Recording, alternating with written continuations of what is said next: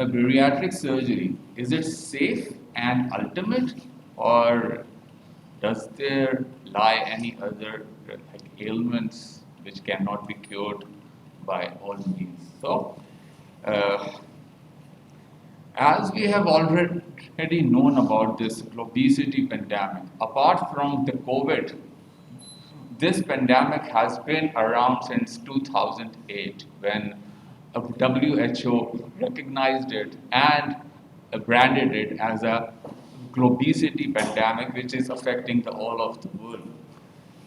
So this is the new normal. In the 50s or the 60s, in the olden days, there used to be less consumption of the fatty foods and the fast foods, as you say. As time went on, we went on with our lives and we became really busy. So we did not have time for all those things. So we started to adopt what we know as fast food. And that is one of the growing reasons of obesity among our population. Food panda, everything, you know. So, why do you want to have a surgery when you have all other procedures as well? When everything else fails, then you can proceed on and go towards the bariatric surgery because it results in long-term weight loss. And the main problem with weight loss programs and everything is the sustainability. You cannot sustain for a long period of time, right? So that's why you need something to help you with that.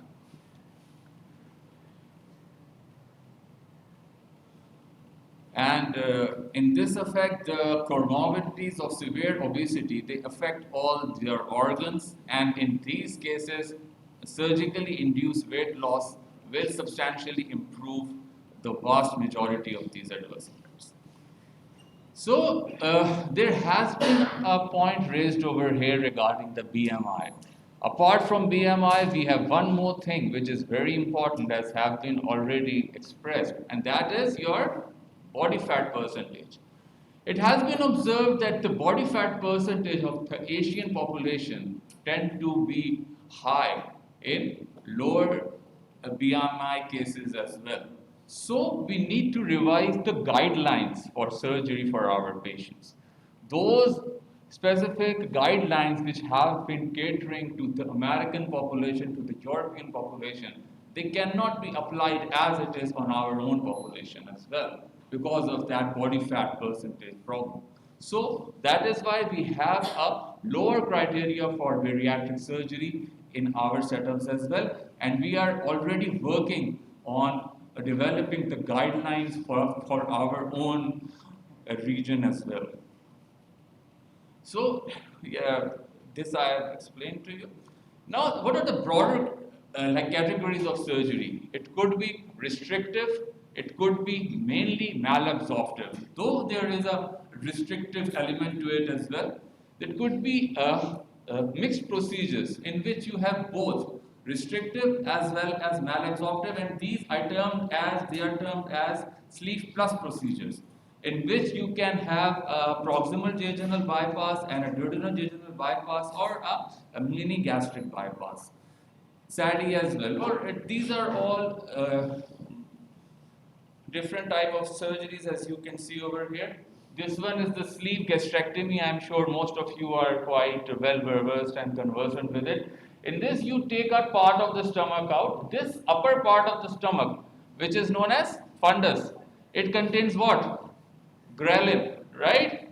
The magic hormone for obesity that has been expressed time and again. So when you take it out, there is a long-term sustenance for weight loss as well. Similarly, this one is a model of a gastric bypass, okay, in which you take a part of the stomach off, but you do not take it out of the body, it stays inside the body. Then there are the mini gastric bypass and other, diversification of the sleeves as well.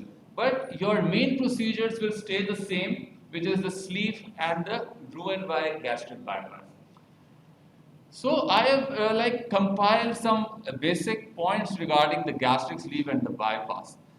The stomach is retained, right, in case of a bypass, but it is removed in case of a sleeve gastrectomy.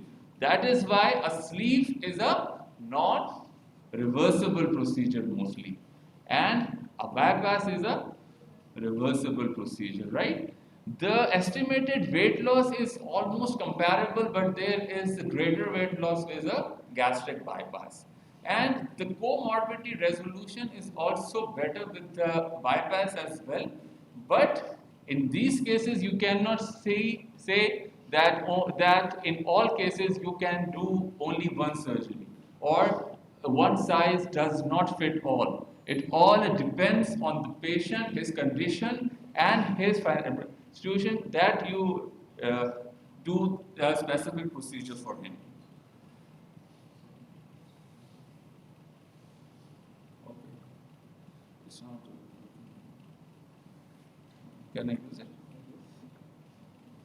Okay, so there I have also compared the Roux-en-Y with the sleeve gastrectomy, and there is a very good comorbidity resolution with time. Okay, now what are the different type of complications with these procedures? In the sleeve gastrectomy, you can have a leak, right? Because it is a high pressure system as compared to a Roux-en-Y. Roux-en-Y is a low pressure system, so the chances of leak are comparatively less, but still you can get leaks in them both as well. Late complications, the sleeve is easier to manage in if we talk about long-term complications, because there are lesser chances of vitamin and other problems associated with it. While in a case of a Roux-en-Y gastric bypass, there are more chances of a vitamin deficiencies. Okay. And similarly, there are chances of bleeding in long term as well. There could be stenosis of the tube and everything like that. So, if we ask about weight regain, there was this study which has quoted that only 40% actually maintain their weight loss after almost 12 years. So, this one is a very long term study, and it has studied the effects of the surgery on the patients themselves and their compliance. This goes on to state that the surgery is not the ultimate cure. You have to maintain your diet, you have to maintain your exercise, and all of the things that are associated with it.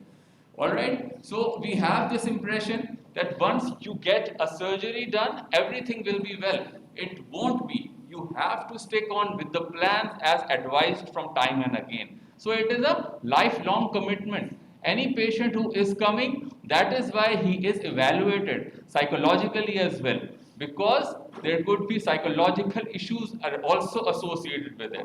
So you have to rule all of these things out, make sure that the patient is compliant, and only then you can proceed for for a procedure like that. Now, why is there the etiology? What is the etiology of the weight regain? There are a patient-specific factor and the surgical-specific factor. Amount of, as I've already told you, amount of the physical activity, the nutritional compliance, the follow-up, and everything else. The rest of the cases are with surgery.